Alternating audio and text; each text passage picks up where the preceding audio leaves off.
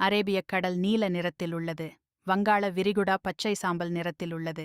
இந்தியப் பெருங்கடல் கருநீல நிறத்தில் உள்ளது. மூன்றும் ஒரே தண்ணீர், ஆனால் நிறம் வேறு. ஏன்? கடலின் நிறம் தண்ணீரால் மட்டும் தீர்மானிக்கப்படாது.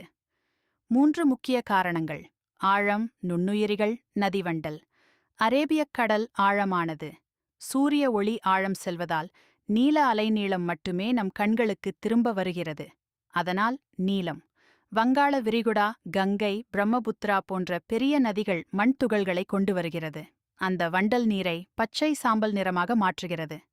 திறந்த கடலில் பைட்டோபிளாங்க்டன் என்ற நுண்ணுயிர் தாவரங்கள் அதிகமாக இருந்தால் கடல் பச்சையாக தெரியும். அது என்ன சொல்கிறது? அங்கு உயிர் அதிகம். சுருக்கமாக, ஆழமான கடல் நீலம், நதி கலக்கும் கடல் பச்சை சாம்பல், உயிர் நிறைந்த கடல் பச்சை. நீரின் நிறம் அந்த இடத்தில் என்ன நடக்கிறது என்பதின் கண்ணாடி. இனி கடல் பார்க்கும்போது நிறத்தை கவனிக்கவும். சப்ஸ்கிரைப் செய்யுங்கள். நாம் தினமும் பார்க்கும் விஷயங்களில் விஞ்ஞானம் மறைந்திருக்கிறது.